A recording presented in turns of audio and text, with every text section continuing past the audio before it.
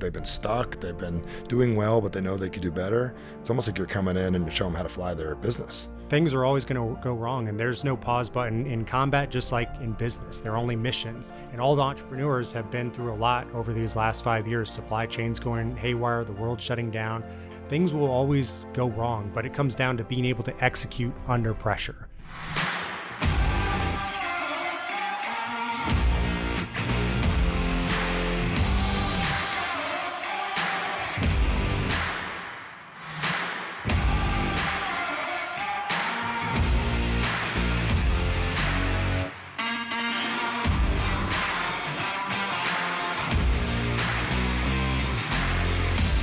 All right, everybody, welcome to the Average Sucks Show, where we get an opportunity to meet, connect, and spend time with people that live not only above average lives, that make a big impact in the world. And today's guest, I am very, very excited to share with you. He's someone that I met several years ago through a dear friend of mine, said, you've got to meet this guy. And when I met him, I took a look online. And when I went to YouTube, I'm like, this is going to be one of the coolest conversations that I've ever had in my life.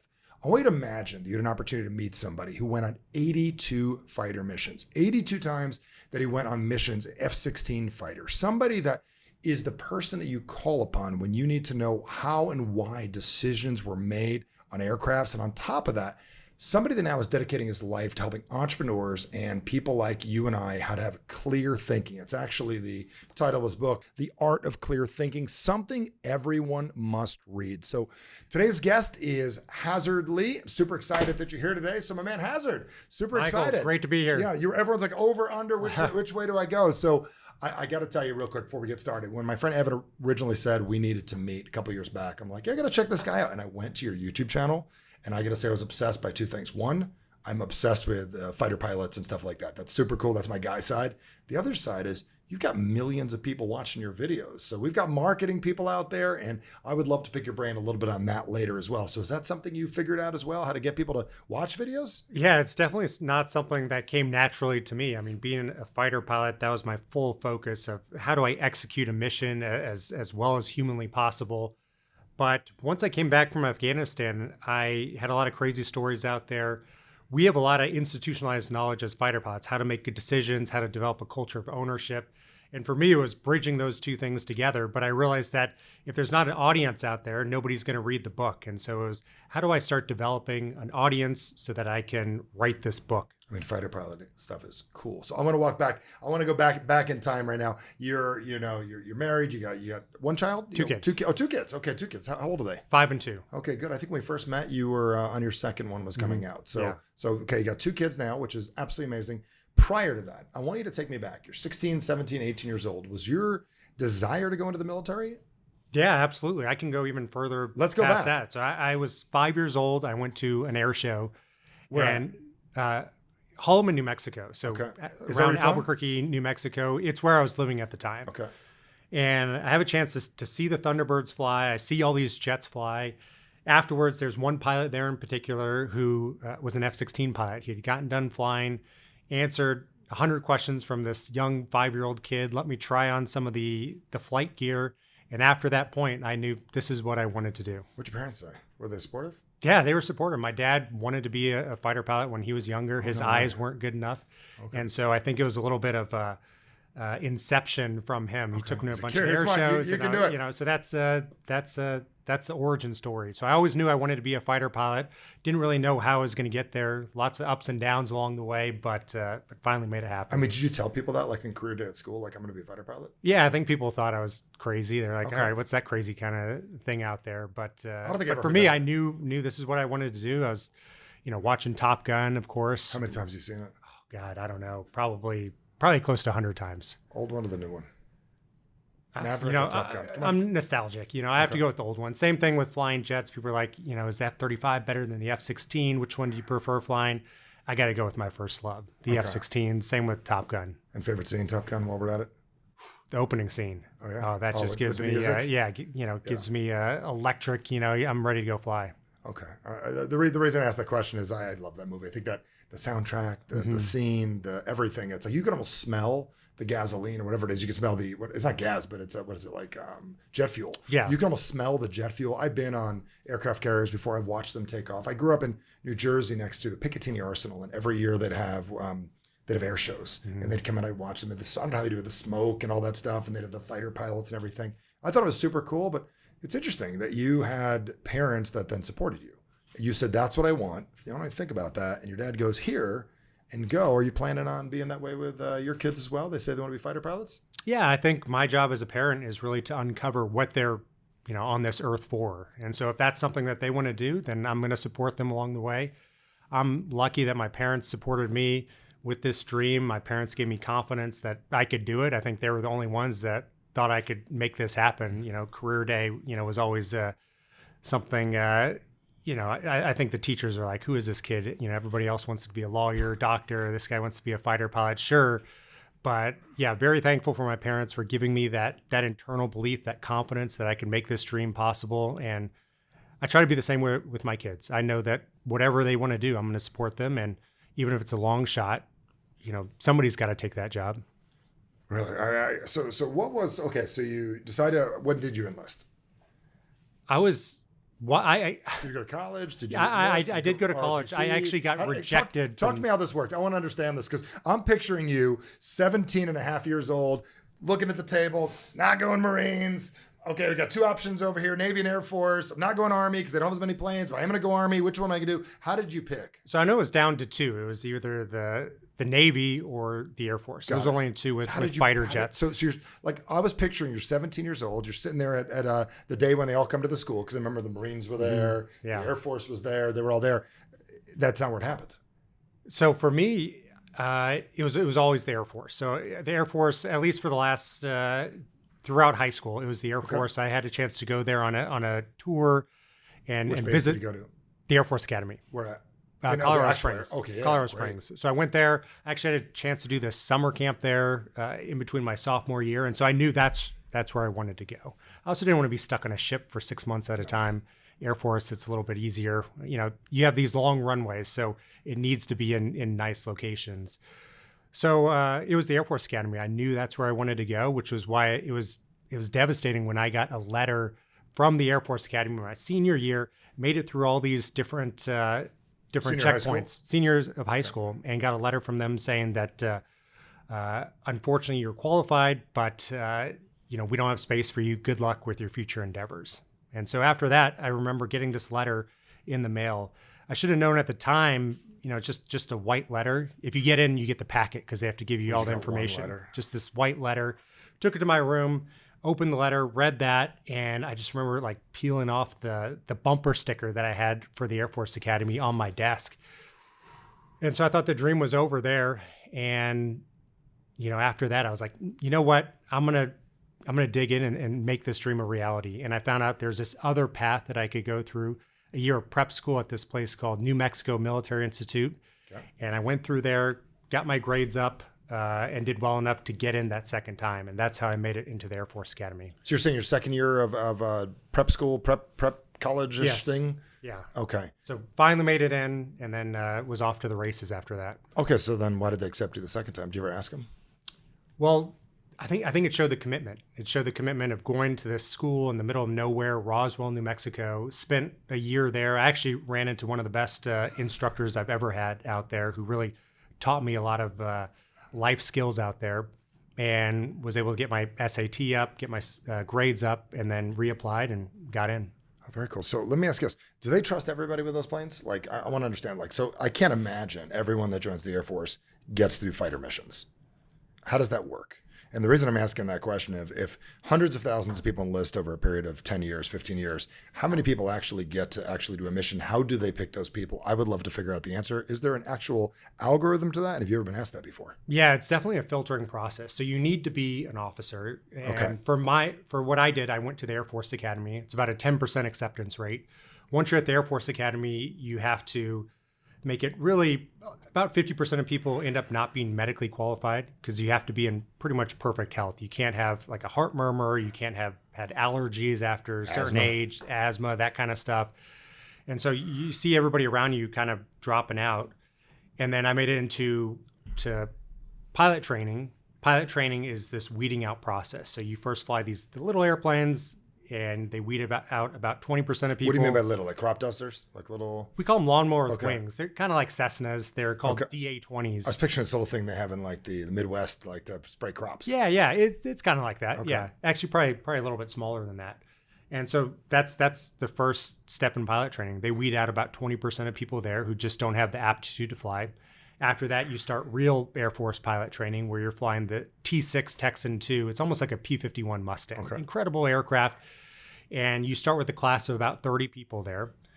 After the midway point, they will select whether you're going to go fly jets or whether you're going to fly like what we call heavies, like tanker transport, those kind of aircraft. And out of that 30, about 7 people get selected for the T-38, the supersonic jet trainer. And then at the end of T-38s, you have about 1 or 2 people, at least when I was going through, that would get a fighter selection. And then even then, you're not done. You have to go through this advanced tactical course with the T-38, and then you have to go into the centrifuge, which is where they spin you around at 9 Gs, 9 times the force of gravity. It's brutal. It's I saw that in The Right Stuff. You seen The Right Stuff, the movie? Yeah. Is that? I can't really remember. The Right Stuff, it's like you're in that thing where like you're in that at the park, at the fair. Yeah. Tell me about this. It's one of the most brutal experiences out there. You're in this tin can at the end of this giant boom, and it's spinning you around 9 Gs, 9 times the force of gravity. So whatever you weigh now, add a 0 to it, and it's just pulling all the blood out of your head into your extremities. And it replicates the speeds at which we turn with fighter jets. And what they want to see is you have the aptitude to fly these lesser supersonic jet trainers, but do you have the physical ability to fly these fighter aircraft where you're going to be pulling these high G forces, which if enough blood pulls out of your head, you're going to faint. And we've had over the years about 1 pilot a year die to a G-induced loss of consciousness where they're pulling so tightly, the blood drains from their head and they end up crashing because they are incapacitated. So a way to wake them up from the HQ or? You can't do it. Like it's just you're incapacitated for about 30 seconds, and at the speeds we're flying, you'll impact the ground in about 20 seconts. Oh my God.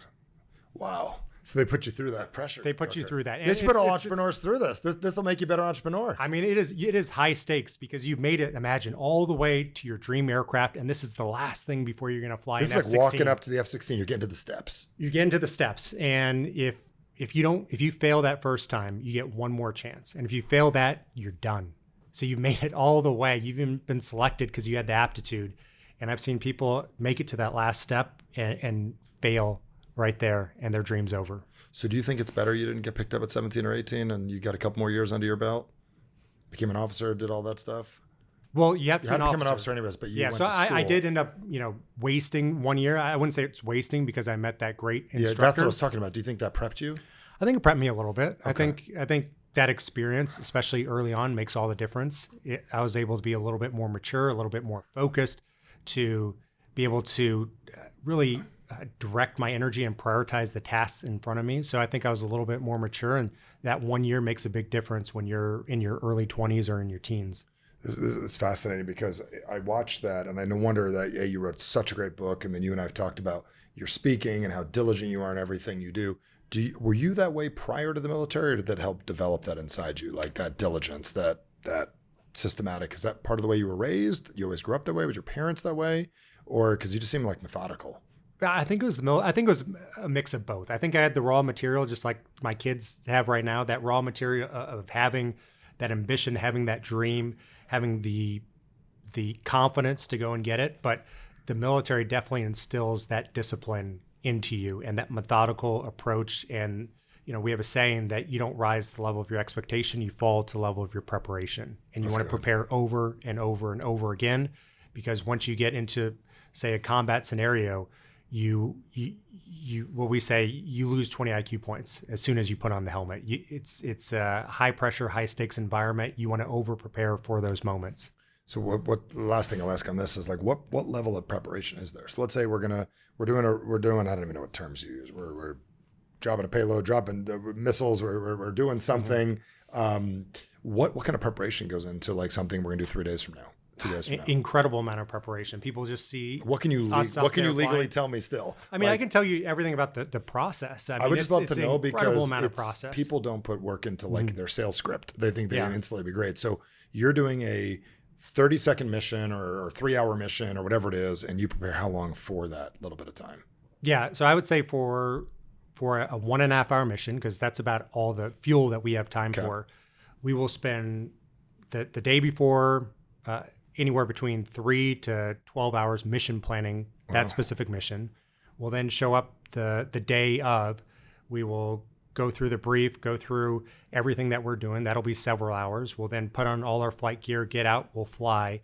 But the real key to flying fighters and really where the learning happens is the debrief. So we'll only fly for an hour and a half, but we will come back and we'll debrief for anywhere from 2 to sometimes 12 hours that mission. So I can remember some of the exercises that I've been through. We'll get out of the debrief at 6 a.m. in the morning. And so it'll, have been all throughout the night.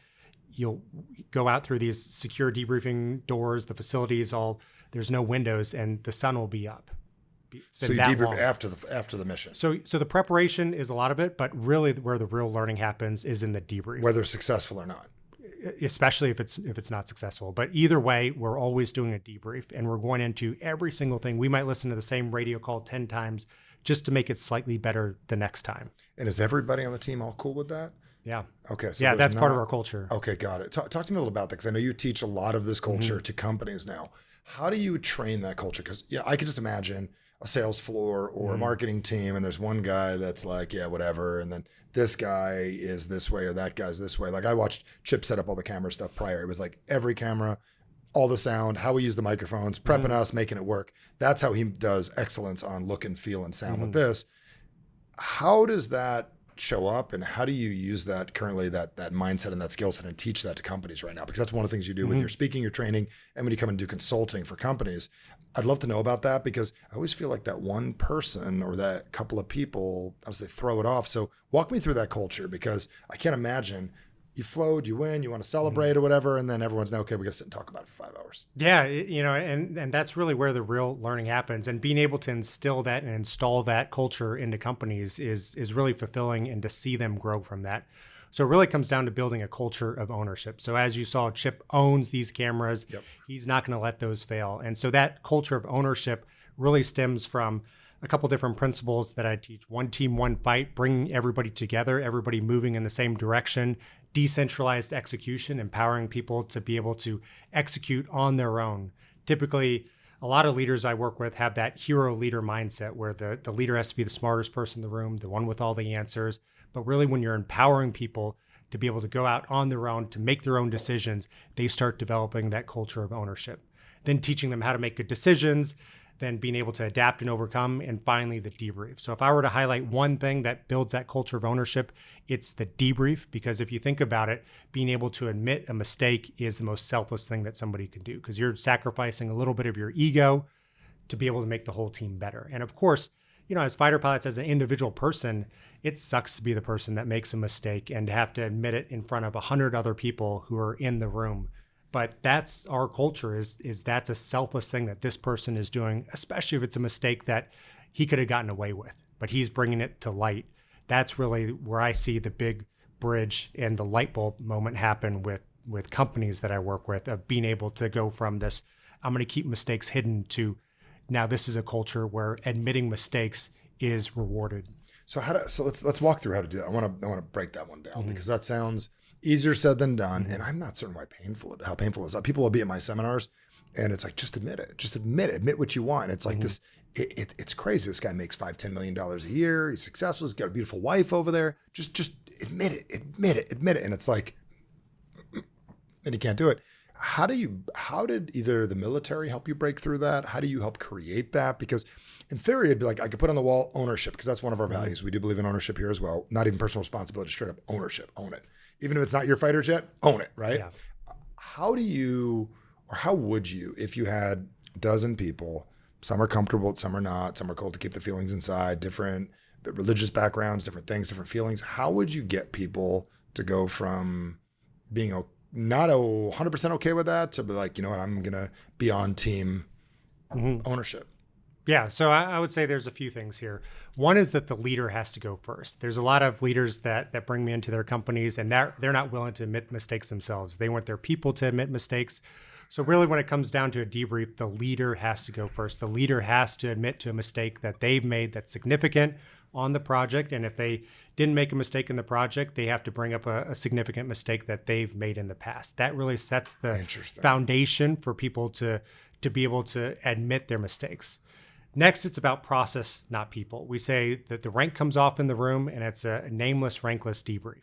And so it really doesn't, we're not focusing on the individual. We're not saying that that person sucks. We're just saying that their action was not the optimal way of doing something, and how we're going to fix that. Because when you start talking about individual people, their ego gets involved.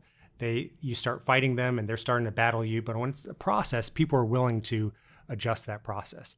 And third, it really has to be part of the routine, the rhythm of the organization or the team. It can't be, a lot of companies have a post-mortem or they have an after-action review. They do it, once every 6 months after a huge project, but really it comes down to embedding this after any significant event, after the end of the week. It has to be part of a ritual, not just a task that they do. So those are some things that build that debrief to make culture. it cultural. Yes. So it's got to be, it's interesting. So when I coached ice hockey years ago, I told the parents, I said, I can't make them better hockey players because a lot of them are better than me, right? And I can make them better men. And then I told the parents at the end of the game, if they win, it's going to be a long time until they come out because we're going to go over everything they need to do better. When they lost, we're going to send you home after about 15 minutes because you probably need something to think about. You know what you need to do. We built that in back then, and they were willing to admit that they could always get better.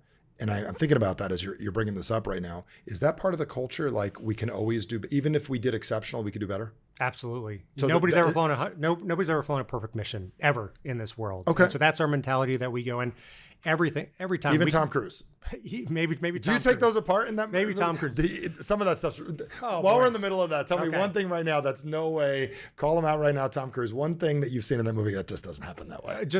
So Just for fun. Yeah. This is my squirrel, ADD. Yeah, 4 aircraft flying into enemy territory. Tom Cruise getting shot down, infiltrating his way into enemy base, taking off in an antique F-14, taking on not one but 2 fifth-generation stealth fighters, shooting them down, crash landing on a carrier. I mean, that happens all the time, right? Never. Okay. Got So I Top Gun, absolutely respect. I mean, they put. I'm not the work knocking it. into I just know that if I they watched, made it great, but they didn't make it for me. They made it for like a casual audience, which they had to do. They had to make it exciting. But as a fighter pilot looking at it, you have to turn off that analytical side of your brain of like, is this realistic? Because it's not realistic whatsoever. So how do you turn off your analytical side? Well, I try to imagine it from the producers. They put the respect into the movie. There are a lot of movies out there that are just kind of, BS out there, but they put the respect. They actually were flying real jets, and they had to make the missions somewhat more exciting than they really are. Nobody wants to watch an 8-hour debrief, maybe the audience here, but I admire the respect that they actually put into the movie. But in terms of how realistic those movies were, either movie, not very realistic. Interesting. The reason I bring that up. So do you battle with back and forth?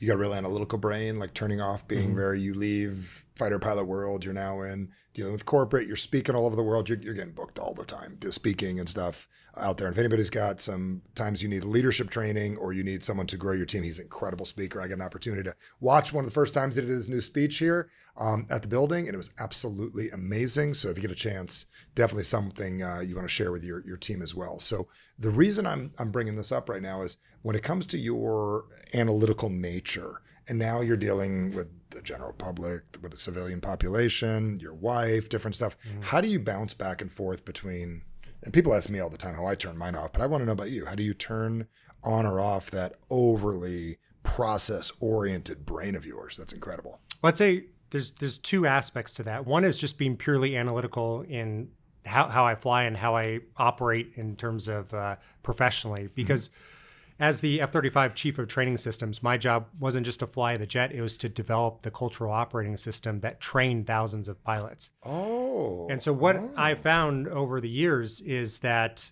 there are really 2 types of pilots. There are pilots that come in that are extremely prepared, and there are pilots that are very creative with their flying. And it's really merging the 2 together. Yeah, they've winged it. They're creative. They're not as process oriented, and it's really about merging those two together. That's Are how they you're one able to person or create two different people? two different people is what I found. Okay. But if you can merge those two mindsets together, that's how you make a great pilot. Because the analytical side, they will prepare and prepare and prepare, and they'll write down and script how the flight should go. And that works well through pilot training, some of the easy stuff that I talked about, flying the T6, T38. But when they get to T30 to F-35s, they're far more complex missions. And those people that script out the missions, they get to a place where you have to be able to move freely and to be able to flow while you're flying. And those people tend to break down. And so our job was to be able to teach them to be more creative, to be able to strip away the notes. Well, I would say decentralized execution is one of the biggest things that we would teach them. I want to understand this a little more because you asked earlier, like, what would we really value our audience? I do have the two types of people. Like in Patrick McDavid in his book, he talked about in the Choose Your Enemy. I don't know if you've read the book, but he talked about. I've heard about it. It's a good book. He just talks about you've got an emotional side and a logical side. And he never really broke down how to actually do it. It was more like, you got to figure out which one you are the day. I'm a very wing it person. Scripts don't work for me very well. I don't want to have scripts. I kind of don't like structure, but I'm very organized in what I do. If you were to teach somebody here right now, if I said, listen, do a little masterclass right now, the next few minutes, and you were to take two groups of people here. I have a group of people here listening right now. You know who you are. And in the comments, if you're watching this on YouTube, you could say which one of these you are.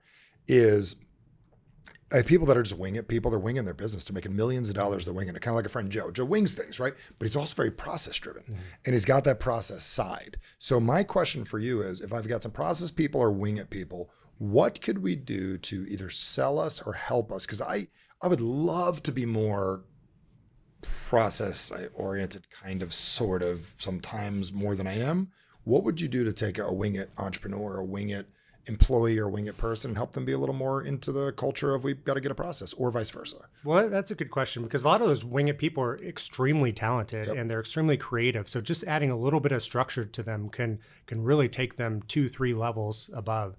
So one of the things that's really helped is for the military is commander's intent. So the commander's intent is instilling clarity into the warfighter, into the employee. And the framework that we use is CLEAR. So CLEAR. And C stands for constraints. What are the constraints that they're operating in? If you are a CEO of a company, what are the decision-making rights that the person has? What don't they have? How much risk are you willing to take? L is the larger purpose. So this goes a little bit to the heart. In the absence of anything, like what are we trying to achieve a year from now, 3 years from now, 5 years from now? E, what is the end state? So what are the metrics that we're tracking and how are we getting there? You're essentially gamifying it for those employees and for yourself if you're using this on yourself. A is actionable imperatives. So what are the 1 to 3 strategies that we're using to achieve that end state? So the reason why it's limited and capped at 3 is because it really allows you to really focus on what are the few things you're doing. And then more importantly, what are you not doing? If you have 15 priorities, you're not going to be able to achieve all of those. So really trying to hone that down into the top 1 to 3 strategies. And then R, what is the required timeline? So how much time is this going to take? Because that's going to set the tempo for everything else. So that's one tool that your audience can use to add some structure. Well, hey guys, I want to take a quick opportunity right now and remind you that Average Sucks is not just an incredible podcast. It is a way of life. It is a way of being. And the title of my best-selling book that shows you step by step. I literally walk through exactly how in my life and in the lives of our incredible students, I showed them how to live an above average life, whether it's in your business, whether it's with your finance, with your health, any area of your life that you're looking to scream those words, average sucks, get to the next level, get out of your box in life. This book will show you exactly how to do it. Get your copy at averagesucks.com or Amazon or wherever books are sold. Get your copy right away and get out there and start living a life that screams average sucks. Get the book. So if I'm in either side, wing it guy, it's funny to say wing it with the planes, but wing it, or overly analytical, which is still reading the manual before we get started. If we write clear in the middle, and that is mine. So if I just wrote clear, and that's a really good, that's you should probably make that the clear thing. Does that's something from the military? I know you mentioned that. Commander's intent. Yeah. Yes. That might not be a bad thing to even just teach from a marketing standpoint, just to like literally, that could be a really cool exercise. Because what it does is if I, as a wing it guy, just will wing it inside of clear, I'm now winging with structure. And if I wing it with, if I'm process oriented, follow clear, then I have to at least step into looking at what I actually have to do. Yeah. So that's a great middle ground. Absolutely. And Is those that how you process use people, it? Yes. Okay. And the process people, if you're the leader, you want to give them tasks that break down that process, where they can't necessarily succeed with that only process-oriented mindset. Maybe if they are just making widgets, that's fine. But at least for what we were doing, trying to build F-35 pilots who could survive and thrive well into the 2030s, that wasn't going to cut it. And so, my job was to, kind of spin the dial of death to really give them scenarios where they could not succeed with a scripted out flow, to give them unexpected things that would happen, where if they scripted it out and they stuck to that script, they would fail. And it really depends on the type of person that you're trying to train. But if you need someone to be dynamic in their thinking, then giving them tasks, and you don't want to beat them up. You want to slowly push them forward, but continue giving them tasks where they eventually have to go off script and see how they do there. That's where I think you're great. When I did speaker training back in the day, when I would train people on speakers, we'd pull a fire alarm in the middle of the speech. You got to keep going. Yeah, we'd exactly. let off noises, set off those. Remember those little things you throw on the ground that snap? You got to keep talking, because you've got to be great all the time, no matter who stands up or whatever happens. And are you running into that same stuff as now that you're doing speaking around the world? Are you running into which do you think you lean in? Are you wing it? Or are you more process oriented when it comes to developing? Are you doing a little both? I think I go through both. So I start off process oriented, and then eventually you learn it to the point where it starts to become ingrained, that muscle memory. Yeah. And so I think that's really how one of the principles I teach is adapt and overcome. Things are always going to go wrong. How do you respond to that? How do you adapt to it? How do you overcome that challenge to eventually achieve that mission success? So I think you say that positively, everything's going to go wrong. Because I've been an entrepreneur. I'm 48 years old. I've been doing this since I'm 21 or 22 years old. I've been doing this a long time. I've just accepted the fact from my life that shit happens, right? How do you come into a company and really let them know that without it being a negative thing, like things are going to go wrong? How do you deliver that message? Well, I think they already know that things. I know we know it, but how do you come in and go, it ain't gonna always go good, guys? Well, I think lending some of the frameworks that we use in the military, as well as some of the stories that we have in the military deploying, we're part of a lot of difficult moments, and things are always going to go wrong. And there's no pause button in combat, just like in business. They're only missions. And so no matter what happens, and all the entrepreneurs have been through a lot over these last 5 years, supply chains going haywire, the world shutting down, shipping containers going from 3,000 to 30,000. Things will always go wrong, but it comes down to being able to execute under pressure. And for us, that comes down to part of the book of being able to make decisions under pressure and to be able to have clarity in those moments. Because the default is just to sit back and not make a decision. To sit back, the world's going to settle out. We'll just wait. But that's really the moment where you have to make decisions and where you can make the biggest difference as a leader. So I'm a language guy. I'm big Human Communications Institute language. One thing I love about the book, and you guys, Amazon, best place to get this, Barnes & Noble's, your website, Yeah, where do you want to send them? All of them. That's fine. Is it directly to you? Where do you want them to go?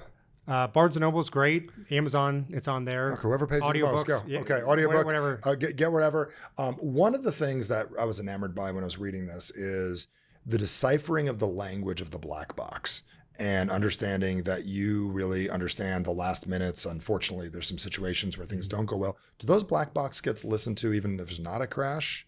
Do people listen to if there wasn't something wrong? And the reason I bring that up is you and I have talked about that before of like hearing what goes on in the cockpit, the talking, different stuff. You've dealt with that before, correct? Oh yeah, for sure. So, and every mission. So what I wanted to ask you is, what are you taking apart in the language of what happens in the black box? Or if you can explain what that means to everybody. Mm-hmm. Sometimes we hear that with Lockerbie, the TWA flights, we hear all this, we hear this from the news, but what is that black box? And what does that tell you when you learn about the language of what goes on in the cockpit, from vocal patterns, breathing? I mean, what are you taking apart? Because I want to know more. Yeah, so the black box is recording the audio as well as the instrumentation of the flight. And so for civilian airliners, that's in case the aircraft crashes, they have that black box to deconstruct really what happened for that crash. In fighter jets, we are monitoring all the instrumentation, even where the pilot's looking, also the comm, as you were talking about, and after every flight, that's part of the debrief. So you might have 8 aircraft, you might have 100 aircraft flying, and each one of those pilots is going to download their data, and then we're going to watch that data and watch that flight and really reconstruct everything in the debrief to assess what the pilot was seeing. So the decision-making framework that we use is ACE, assess, choose, and execute. So was this an error if they were making a mistake? Was this an error in their assessment? Did they build an incorrect mental model of the world? Or was it correct? If it was correct, then we move on to the next one. Choose. Did they, based on their mental model of the world, did they choose the correct decision? Because that we can isolate the variable down with that. And then finally, did they execute correctly? If they're flying fighters, did they push the buttons correctly? Did they actually shoot the missile correctly? And it's the same thing in business now. There's so many tools that monitor how business owners are operating, their decision velocity, their time allocation. So really being able to bucket it into those 3 different sections and assessing where was the mistake and how do we fix it next time. And do you guys take apart like literally breathing and do you take apart like language and words they use and how they talk? Does that come up? In flying or in business? And both. Well, I know flying, but then I'm going to take into business. Okay. Yeah. In flying, absolutely. Definitely breathing, how they're talking. That's one of the biggest things when you're flying with a new pilot and they're starting to struggle is that their communication will start breaking down. They'll stop talking to you as much. And that lets me know as an instructor pilot that they're starting to get their mental bandwidth. It's starting to be fully taxed. And so now I can't give them as many tasks because that's really my job as the flight lead. I might be leading 4 aircraft, might be leading 100 aircraft, is being able to understand the limits of all those other pilots and to be able to allocate the different missions to them. I don't want to give a new wingman more than they're capable of. Otherwise, they're going to fail. And ultimately, that's going to cause the mission to fail. So my job is to, and this is something that's difficult for new pilots, or new leaders, is to be able to step back a little bit. You're not going to be able to fly as good as you used to do because now you're focusing on the dozen or so other aircraft out there. So you have to step back a little bit, maybe not fly as good individually, but you're being judged just like a leader in one of the audience's businesses. You're being judged by the output of the team, not by your individual jet. Interesting. So you mentioned it, you beat me to the question, which is great. You're such a pattern guy that you caught it. So you find that same scenario with, you could literally pull the word fighter jet out and put the word business leader. It could be fighter pilot, business owner, correct? Mm-hmm.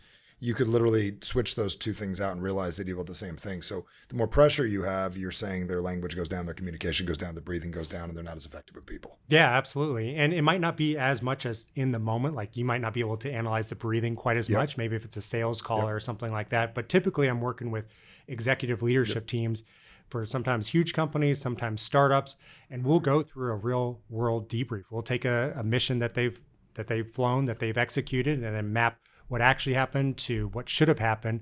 And then we'll isolate the root cause and develop an instructional fix that they can start using the next day. And so it's very similar. Give me an example of a type of company. So you don't have to tell me which company, because I know it's probably a lot of stuff you can't share. Maybe you can.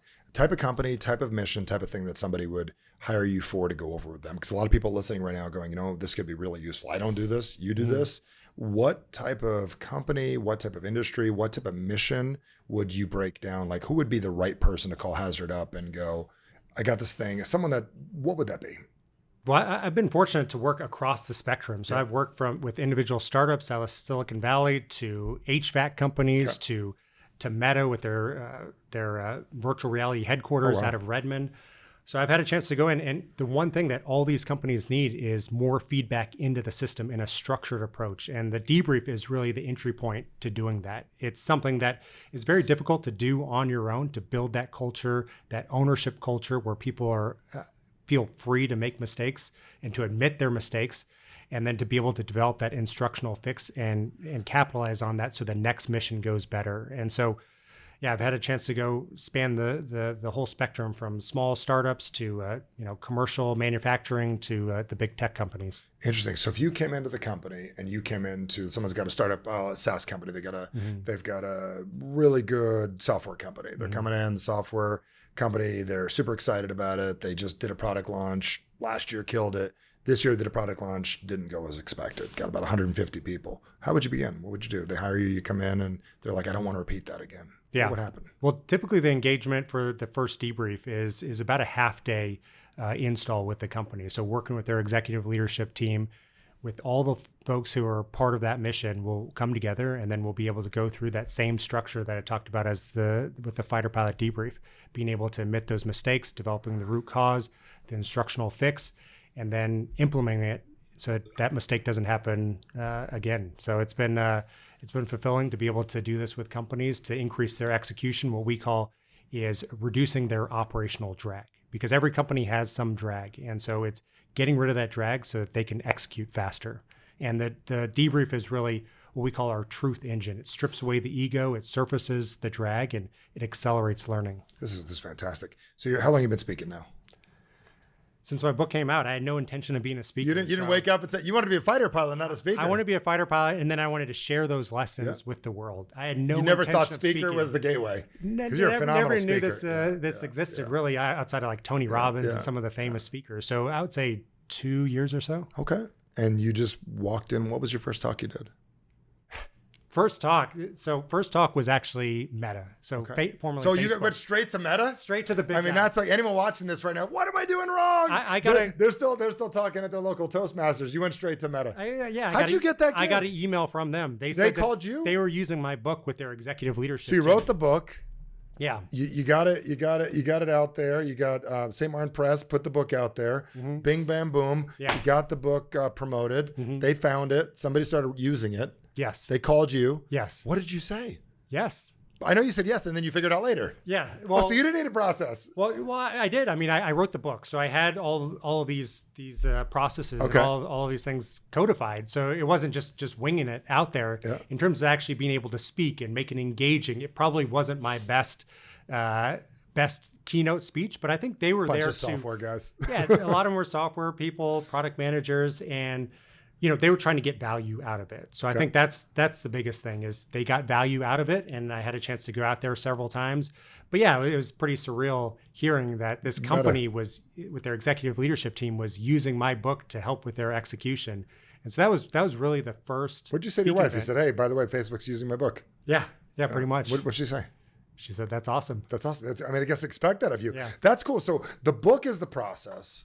And then you speak. So you built the process, and now you get to creative sharing it in any which way you can. So what's one of the biggest things that after you get off stage or something, someone's come up to you and said, like, either from your book or someone said, that's a lesson that's really made a difference in my life. Thank you. That's helped my business. It's helped my company. What do you feel some of the biggest thank yous, or that was useful for me, or that story you tell that one of the most that people come to you and go like, that was awesome?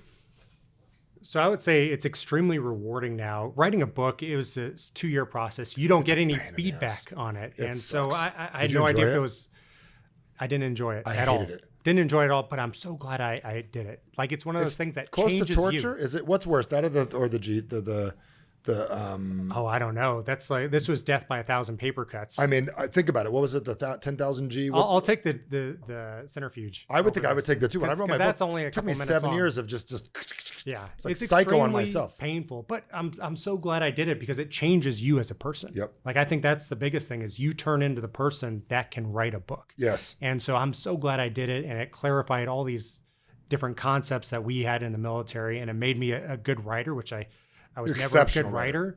And so, I'm so glad I did it. Extremely painful, but being able to present to an audience, it's a lot more, I guess, fulfilling because afterwards you get to talk with the audience members. And I think the biggest thing has been giving them a framework for making decisions. I think that's something that nobody or most people don't learn in school. You're just taught, just wing it out there. And having a structured process for making decisions, I think gives people a feeling of comfort and confidence going forward. That and being able to adapt and overcome.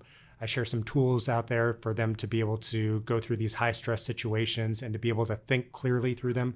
So I think using some of this institutionalized knowledge that we had as fighter pilots and being able to give that to somebody who might not have had that same training is extremely rewarding. And then a lot of them have had either family members serve or they serve themselves. And so being able to have that connection with them and put a face to maybe their dad flew fighter jet or fighters in Vietnam or World War II, and to be able to kind of connect with them over that has been amazing. It's interesting because first off, I'm going to say it one more time, get the book, because I talk about decide and do all the time. And I talk about decision making and I give people a minor process. You are given a hundreds of year old process that you've developed tighter than even what the military's created. Mm-hmm. And you've developed a process. So I believe knowing this and then teaching it to your kids and your families, this huge, if all you get out of the book is the decision-making process, it's worth it. You learn how to clearly think, double win. I'm going to tell you, every one of you could turn this into tens and tens and tens of thousands of dollars immediately. And that's really how this has to be positioned, because this is the key to making business work. And when we sat down, we had sushi that one time we sat down, you said something fascinating to me. You said to me, Michael, I looked at YouTube and I'm like, it's got to be a pattern. I got to figure this thing out. And you go, I'm just going to figure this thing out. And I go back to what I shared earlier. And you've got videos on there, like if I'm wrong, tell me. But it's like, how do you go to the bathroom in a plane? I think that was one of the videos. Am I right? That was one you made. Someone asked that question. One of the most popular questions that people ask. Just make a video. How to get in the plane? And you made a video. How did you sit down this overwhelming task? I'm in your. I want to get in your brain right now. That's the thing I want to figure out, because your genius is how you think. And you sat down. You looked at YouTube, this big mass company, algorithms galore, and you sat down and go, I'm going to figure this out. And I mean, you got videos with 1, 2, 3, 4, 5 million views and comments and stuff. Non-pilots, pilots, almost everybody loves it too. You don't have a lot of haters on there. We always get haters, but you don't get so many. So how did you figure out how to make those videos and do that? Like, I know you're going to say, well, I just made them and figured it out, but you went down to the base over here, you flew some planes, you got in planes, like walk me through this. So it was a long process, and it was all just to write the book. Long meaning what? I guess it was a 5-year process. Okay, figuring out YouTube? For the whole cycle. So I don't consider myself a content creator. I never wanted to do YouTube videos. All I wanted to do was write a book. And I realized that to write a book, you have to have an audience. Okay. And so then I started a podcast from there. And then to grow the podcast, I started the social media. And so I would say I'm not a natural at any of those, maybe writing, but definitely not the social media aspect of it. And so then I started learning, utilizing the same. But where did you go to learn? And the reason I'm like digging at this is because sometimes we take for granted things that we do automatically. Like you said, went to learn. Like, what is your definition of learning? Like you literally figured it out. So who'd you learn from? What did you learn about yourself? What was your process to go, I'm going to get good at this? Yeah. So this would be about 6 years ago. So I can't remember the exact places I went to learn, but it's kind of best practices. So I went on YouTube to learn about how to get better at YouTube. So I was probably listening to like Mr. Beast and some of these people who are successful. So that's usually the pattern that I go after, of who are the best people in the field and what do they recommend. And sometimes their recommendations aren't the best because they're for somebody at their level. And so it's really distilling it down to, how can a beginner utilize this? Some experts are really good at being able to dumb it down for somebody who's new coming in. And so those were the people and the advice I really tried to go after. So either to extrapolate on the experts who were talking to other experts, or I was looking for people who were experts talking to new people onto YouTube. And all I did was just essentially copy their best practices and then to put my twist on it. Interesting. So you basically found out who was doing it the best, and how much. So like, did you like 1 video, 10 videos, 30? And the reason I'm asking this is I think I want to hear about your obsession. Well, I do have a kind of a obsessive personality when it comes to trying to be able to do this. When it came to writing, one of the writers two of the writers I really like, of course, Malcolm Gladwell is a great writer. He's able to tell stories in a way that's engaging. Another person is Atul Gawande. Atul Gawande wrote Better, the Checklist Manifesto, several books. He's a surgeon. You just sold a lot of books. Who wrote books. He's great. I highly recommend Checklist Manifesto, as well as Being Mortal is great. But he's a surgeon that writes. And I was like, okay, there's a lot of writers who write, a lot of journalists that write, but who are these operators out there who are maybe a surgeon or maybe a special forces soldier or anybody that's coming in and becoming a writer? And so I spent almost a year just digging through exactly how they would write sentences, exactly how they'd write paragraphs. I try to mimic their paragraphs on my own and then compare it to theirs. And so I did the same thing with YouTube. And, you don't have to reinvent the wheel. Like, you just go with the best practices and then you can put your twist on it. And as you get better, you find little pockets where you're a little bit different and you can really add your secret sauce to it. And so that's kind of my playbook when it comes to executing something new. Are you the biggest on YouTube, Instagram? It's YouTube, right? YouTube. But I don't do a lot of YouTube videos anymore. So primarily it's just now cool about to watch, speaking. but they're still going. The videos, You getting calls off there? They booking speaking gigs, absolutely. Stuff like And some of the videos were fun to do. So I flew in the first civilian F-16, believe it or not. There's civilian F-16s. I was the first person to be called in to do a video shoot at Nellis Air Force Base for operational F-16s. And yeah, had a chance to do all kinds of cool projects with both defense companies, with the military, with the Marines. Had a chance to fly with their new H-1Z Zulu helicopter. And so they have this Gatling gun that moves with where you're looking at. Absolutely. Yeah. So yeah, it was moving that around, and it's kind of crazy because the barrel follows your head. So you're looking around and this giant cannon is underneath you following it. So had a chance to do some videos with the Marines. So it's been a lot of fun. That's super cool. Wow, what is your channel for YouTube? I know it's just under Hasard Lee. Hasard with an S, Hasard. How'd you get the name Hasard? So that's the tradition is we only tell that over a glass of whiskey. Okay. So I'm happy to tell you. Okay. But we're not supposed to tell it on air. Okay. All right. Well, let's skip it then. Yeah. All right. You'll tell me off air. Sure. Yeah. Okay, cool. Done. So they're going to have to figure that out. Is it listed online anywhere? I don't think so. Okay. Yeah, but I'm happy to tell you, or anybody that I run into. Okay, but not now. Just not on air. Okay, perfect. I like that. I appreciate it. That is probably the biggest open loop that anyone's ever left on the show. I love it. I love it. So, okay. So a couple other things I want to get clear on. What are you most excited about you're working on right now? Like what's really exciting? What's exciting in Mr. Hasard Lee's life? Yeah, so doing these full cultural installs. So I do the keynote speeches. I think those are great. That gets people introduced to my content. It's exciting, and it has some actionable takeaways that the audience can use. But really, I want to create an impact with these companies. I want to be able to go deeper so that they're able to execute better 6 months, a year, 5 years down the road. And so the entry point for that is typically the debrief. The debrief, like I said, is a half day with the company going through a real operational mission that the company had. And then after that, I do leadership sprints and then a full operating system install where I install the operating system that I developed as F-35 chief of training into the companies to build that culture of ownership. So that's what I'm really excited about now. Do you come in? Does your team come in? Do you come in? Yes. Okay. And so it's over typically about 90 days is really the heart of the install. And then we extend that out through the rest of the year to be able to make sure that's embedded in that culture, that debrief culture, that ownership culture, so that they're able to execute faster. So someone listening right now, how do they get a hold of you to find out about that? Website would be the best. So hasardlee.com. Again, we'll put that in the notes. Hasardlee.com. You can reach out there through the contacts and dig through that. Have a conversation with them. Okay, cool. Do they get a hold of you, your team, or who do they get a hold of? Team first, and then if it's a good fit, then I'll happy to schedule a call with them. Okay, and you keep on mentioning this thing, mission, because I love that word. You're interjecting business and mission. How much of your requirement is a mission-based company? Do you turn them into a mission-based company, or are they already a mission-based company? Do you convince them they're a mission-based company? How does that work? So I think being a mission-based company, you don't have to start off that way, but eventually that's the way you want to get to. That with the world changing so quickly, you can't just do the same tasks over and over again. You have to have that mission where everybody's driving in that direction. That's one of the concepts I talk about is the white space. The white space is the gap between teams. That's where problems fall into and they grow out of control because nobody's taking ownership of them. And really the future, as the world is changing so quickly, is becoming mission-based. So if you're not a mission-based company, I'm happy to come in, take a look, and show you the pointers to become a mission-based, mission-focused company.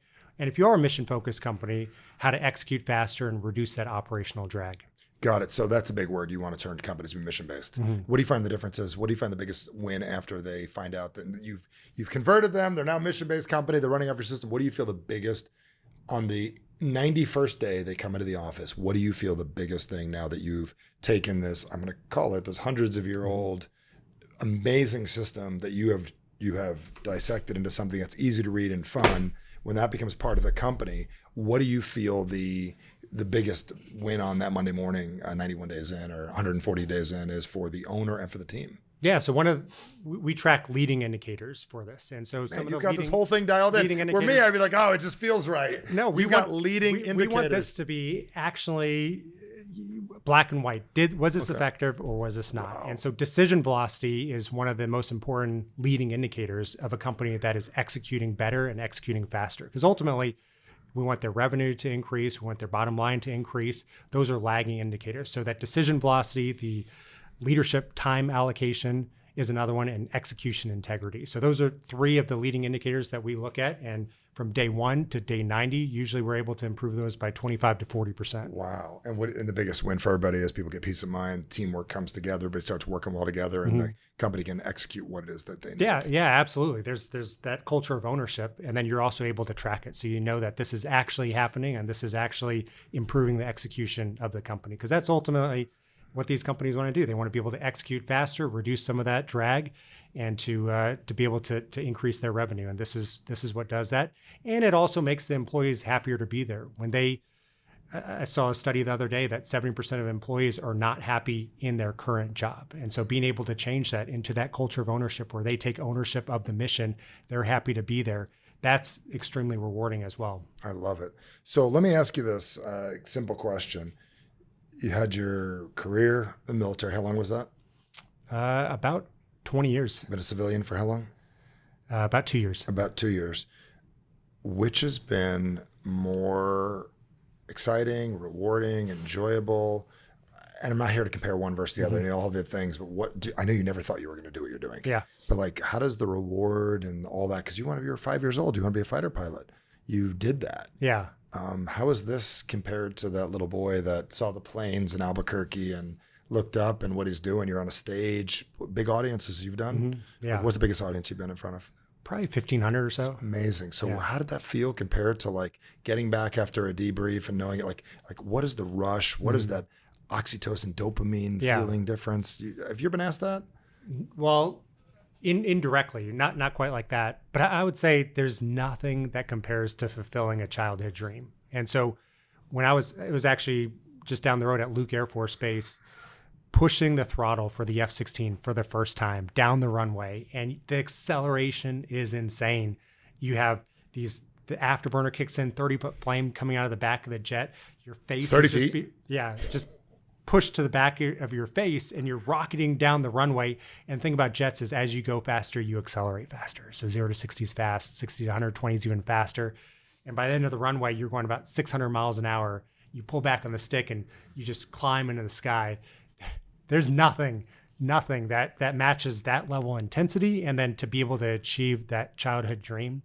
That being said, I really enjoy what I'm doing now, just as much as being able to train future fighter pilots. I enjoy that just as much, but nothing will match that high, I guess, from that first flight in the F-16. I think the biggest thing you're doing for people right now, which is really cool, is you've got all these entrepreneurs and business owners that had that dream at 5 years old, and you're helping them achieve it, which they have not been able to figure it out. They've been stuck. They've been doing well, but they know they could do better. It's almost like you're coming in and you show them how to fly their business. Yeah, well, that's a great point. As a fighter pilot, you are in the service industry. People don't believe that. You're in the service industry. I spent the majority of my career as what we call wild weasel pilot. We did the suppression of enemy air defense mission. If you think of the newest Top Gun, those missiles trying to shoot down Maverick, we would go in and take those out. And so we were a special kind of service that certain people called when they wanted those SAM sites taken out. And so it was never. You guys did. That was what we part did. of your 82 missions? That was what I trained for. My mission that I did was primarily close air support, but that's what I trained for. And there were only 6 squadrons at the time in the world doing this. Wow. So you called us for a specific service. And so that's been one of the most fulfilling things that I did as a fighter pilot, is to be able to do that mission. And then same thing with close air support in actual combat, being able to support the troops on the ground, the 18-year-old, 19-year-old airman who's getting shot at, going through one of the worst moments of his life. We can show up and we can make a difference. And so you're in the service industry when you're a fighter pilot. And that's how I see myself now, is I'm in the service industry of helping business owners to be able to execute faster. I mean, you couldn't have said it any better than you just said that. So is there anything else that somebody, if you had like, I don't know, a couple of minutes with somebody and you just wanted to like download what you've learned, this institutional knowledge, this idea, maybe something that didn't make it to the book? Because I have past my book, I have another 7 books. That was the hardest part, is I had 9 books in me. I had to get it down to 1. Yeah. You did the same issue. Is there anything that you kind of like left out that if you would have done at our book 2 that would be really cool for people to know? Mm-hmm. Well, a lot of the stuff in my keynote goes beyond the book. So the book is primarily focused on decision-making under pressure, staying clear-headed during these decisions. So that's only a fraction of the institutionalized knowledge that that we learned as fighter pilots. I just really had to, like you did, narrow it down to a specific subject. And I only had, I think it's about 275 pages. I only had 275 pages in me. I don't know how somebody can write a 500-page book. That being said, I will write another book at some point. What's that going to be on? I think about what I'm speaking about now, being able to increase execution speed within companies, being able to apply some of the more other principles that we learn as fighter pilots into these companies. So there's a whole bunch of other institutionalized knowledge that I just had to pare down for the book.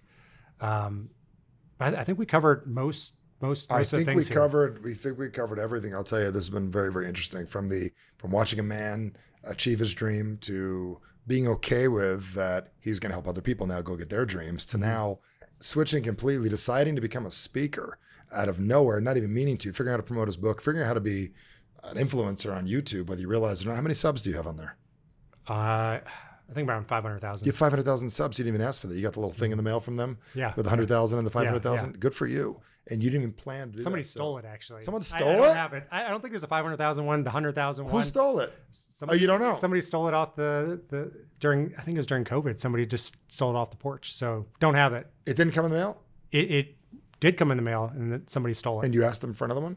They said no. Okay. So if anyone here has a connection with Google, can't you go speak for Google and figure it out? I think so. I think they said you could pay for it on your own. I was like, you don't even need fine. it. You know that you got it. But that's crazy. I don't know what someone's going to do with your 100 100 subs. I mean, it's not like their name is Hasard Lee at all. So this has been an absolute pleasure. Absolutely amazing. For those of you out there, I cannot promote this book enough. I know I talked about this in Business Success GPS a few years ago when I first read it. I'm going to put it on my desk. I'm going to read it again.